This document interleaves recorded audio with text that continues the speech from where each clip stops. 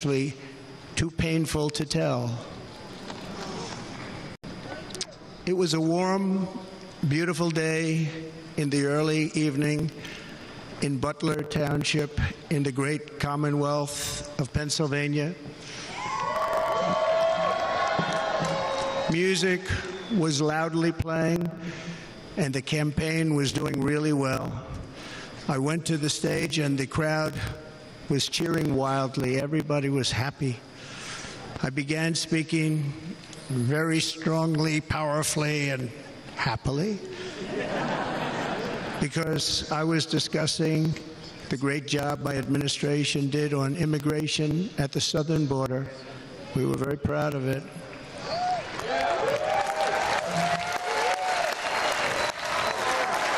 Behind me and to the right was a large screen that was displaying a chart of border crossings under my leadership.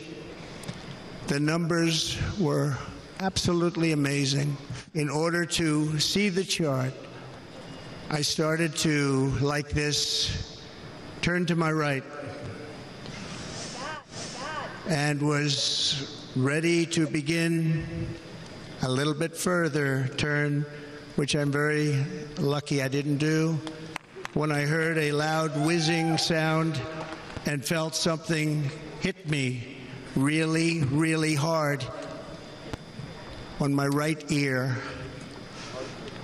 I said to myself, wow, what was that? It can only be a bullet. And moved my right hand to my ear, brought it down. My hand was covered with blood, just absolutely blood all over the place.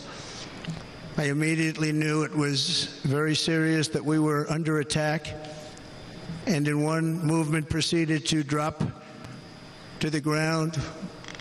Bullets were continuing to fly as very brave Secret Service agents rushed to the stage, and they really did. They rushed to the stage.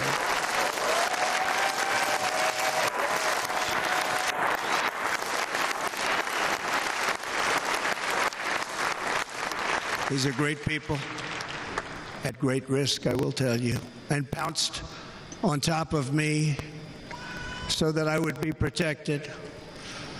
There was blood pouring everywhere, and yet, in a certain way, I felt very safe because I had God on my side.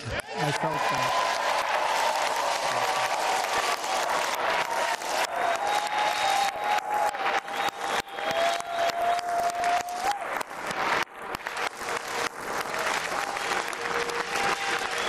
The amazing thing is that prior to the shot, if I had not moved my head at that very last instant, the assassin's bullet would have perfectly hit its mark, and I would not be here tonight. We would not be together.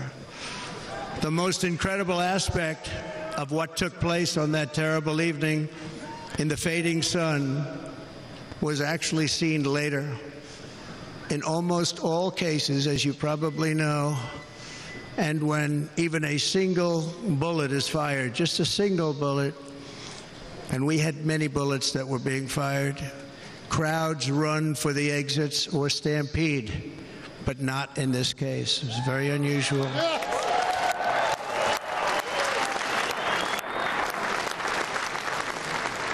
This massive crowd of tens of thousands of people stood by and didn't move an inch. In fact, many of them bravely but automatically stood up looking for where the sniper would be. They knew immediately it was a sniper, and then began pointing at him. You can see that if you look at the group behind me. That was just a small group compared to what was in front. Nobody ran, and by not stampeding, many lives were saved. But that isn't the reason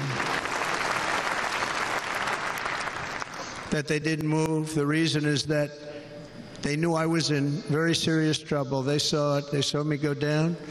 They saw the blood and thought, actually most did, that I was dead. They knew it was a shot to the head. They saw the blood. And there's an interesting statistic. The ears are the bloodiest part. If something happens with the ears, they bleed more than any other part of the body. For whatever reason, the doctors told me that. And I said, why is there so much blood? He said, it's the ears. They bleed more. So we learned something, but they just, this beautiful crowd, they didn't want to leave me. They knew I was in trouble. They didn't want to leave me. And you can see that love written all over their faces. Incredible people. They're incredible people. Bullets were flying over us, yet I felt serene. But now the Secret Service agents were putting themselves in peril. They were in very dangerous territory. Bullets were flying right over them, missing them by a very small amount of inches. And then it all stopped. Our Secret Service sniper, from a much greater distance and with only one bullet used, took the assassin's life, took him out.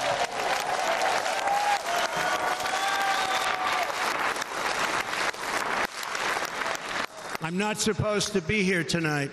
Not supposed to be here. Yes, you are. Yes, you are.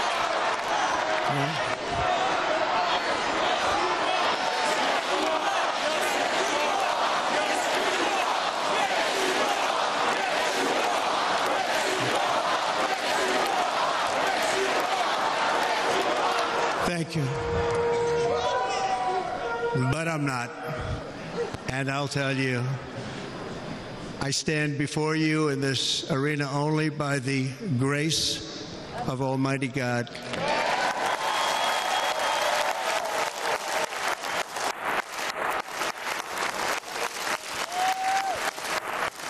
Seeing the reports over the last few days, many people say it was a providential moment. Probably was. When I rose surrounded by Secret Service, the crowd was confused because they thought I was dead, and there was great, great sorrow. I could see that on their faces as I looked out. They didn't know I was looking out. They thought it was over. But I could see it, and I wanted to do something to let them know I was okay. I raised my right arm, looked at the thousands and thousands of people that were breathlessly waiting, and started shouting, "Fight, fight, fight."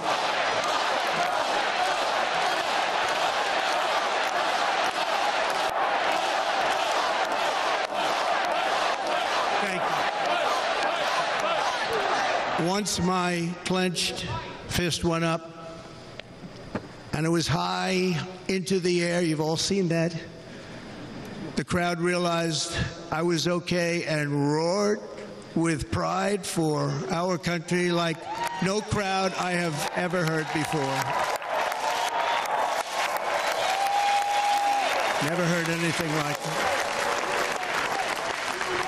For the rest of my life, I will be grateful for the love shown by that giant audience of patriots that stood bravely on that fateful evening in Pennsylvania. Tragically, the shooter claimed the life of one of our fellow Americans, Corey Comparator. Unbelievable person, everybody tells me. Unbelievable. And seriously wounded. Two other great warriors. Spoke to them today. David Dutch and James Copenhaver. Two great people.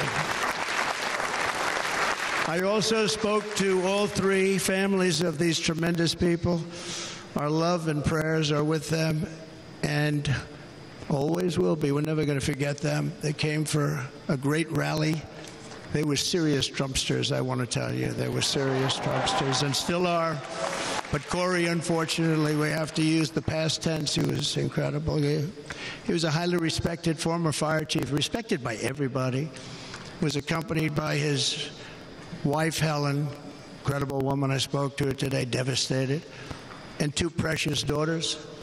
He lost his life selflessly acting as a human shield to protect them from flying bullets. He went right over the top of them and was hit. What a fine man he was.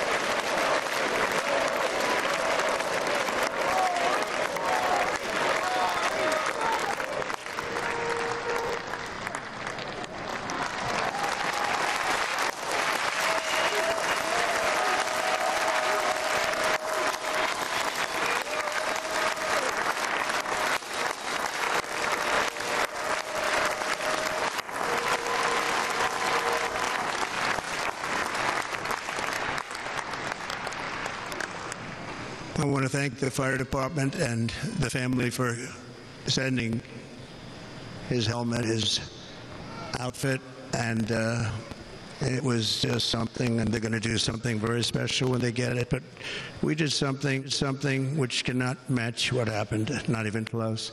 But I am very proud to say that over the past few days, we've raised $6.3 million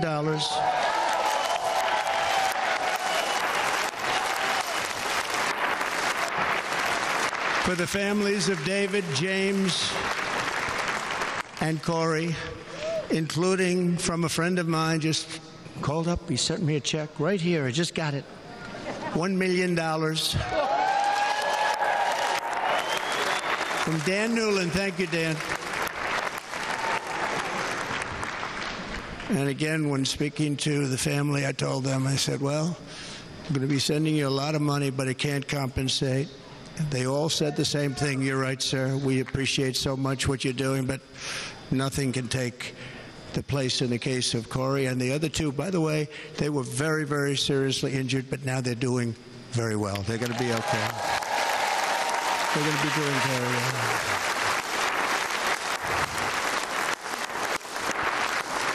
They're warriors. So now I ask that we observe a moment of silence in honor of our friend Corey.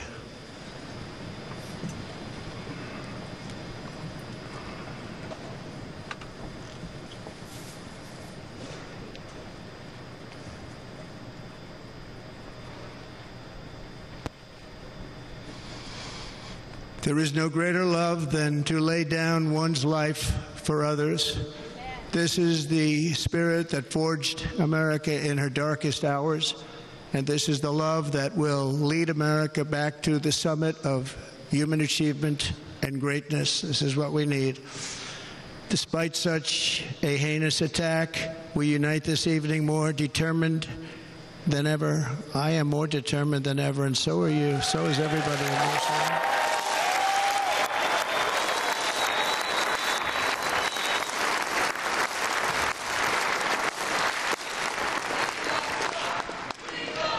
Thank you. Thank you very much.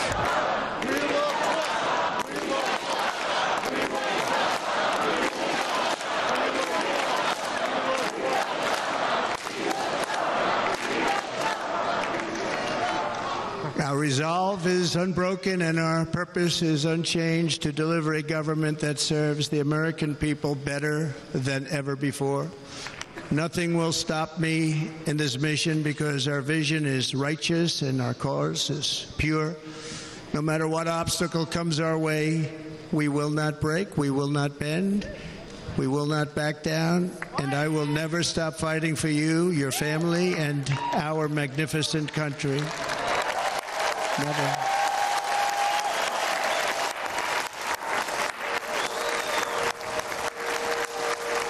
And everything I have to give with all of the energy and fight in my heart and soul, I pledge to our nation tonight. Thank you very much. I pledge that to our nation.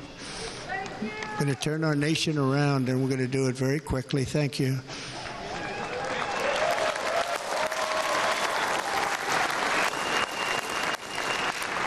This election should be about the issues facing our country and how to make America successful, safe, free, and great again.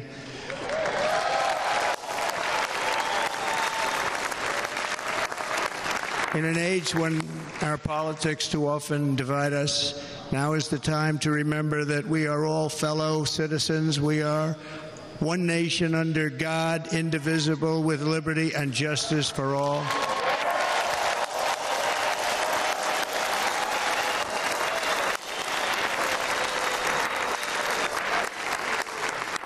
And we must not criminalize dissent or demonize political disagreement, which is what's been happening in our country lately at a level that nobody has ever seen before.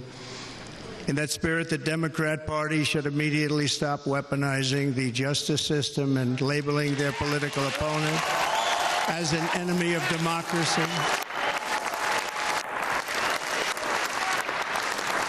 Especially since that is not true. In fact, I am the one saving democracy for the people of our country.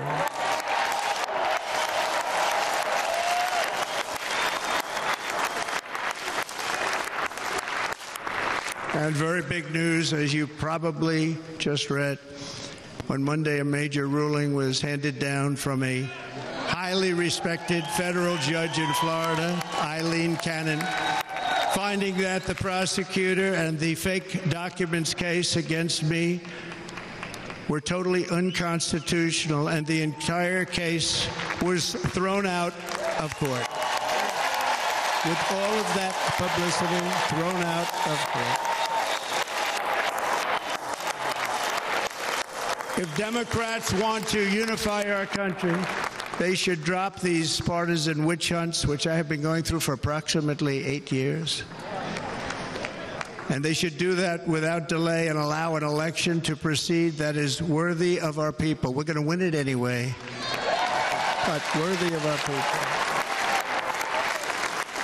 people. On this journey, I am deeply honored to be joined by my amazing wife, Melania.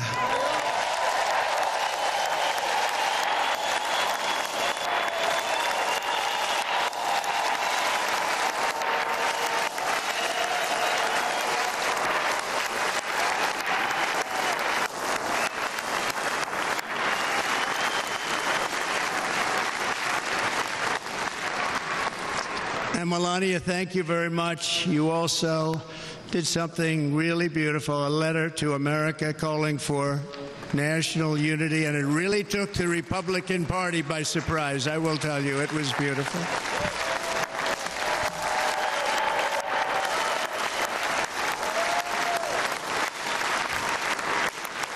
In fact, some very serious people said that we should take that letter and put it as part of the Republican platform. That would be an honor, wouldn't it?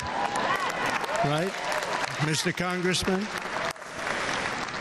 But it captivated so many, so I also want to thank my entire family for being here. Don, Kimberly, Ivanka and Jared, Eric and Lara, Tiffany and Michael, and Barron. We love our Barron.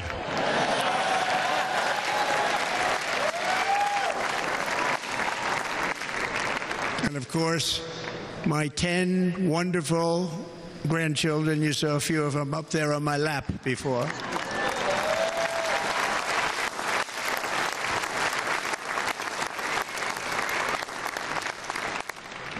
And how good was Dana?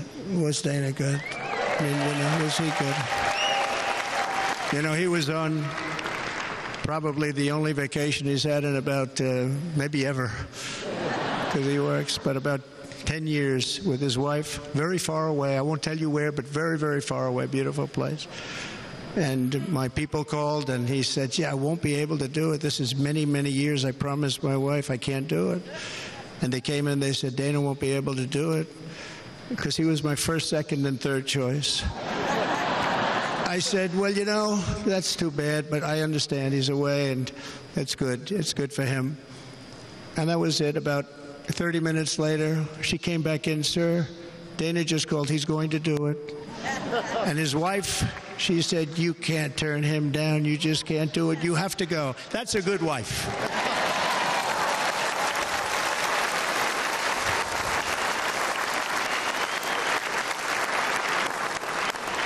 So he got on a plane. He got here a little while ago. Now he's going to get on the plane in a little while, and he's going to go back home to his wife.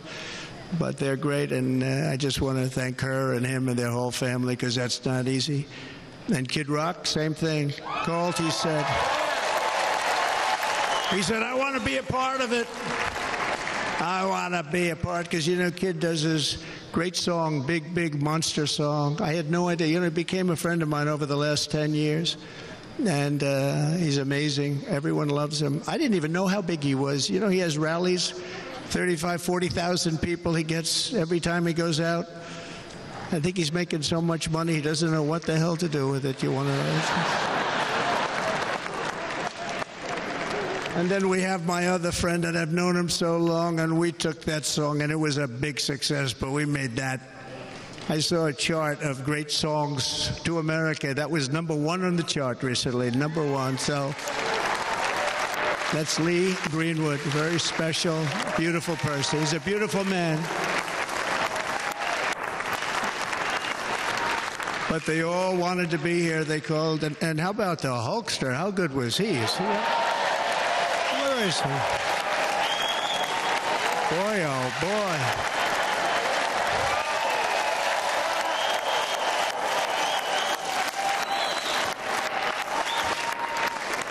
You know, they may call that entertainment. I know about entertainment, but when he used to lift a 350-pound man over his shoulders and then bench press him 2 rows into the audience, I say maybe entertainment, but he is one strong son of a gun. I will tell you, I watched it many times. There aren't a lot of entertainers that can do that, right? You were fantastic. Thank you very much. Followed by Eric. What was that all about? Boy, that was good. I didn't want to really come up here. But he was so great, and he's such a good young man. He went through a lot of trouble, and Don last night was incredible. He went through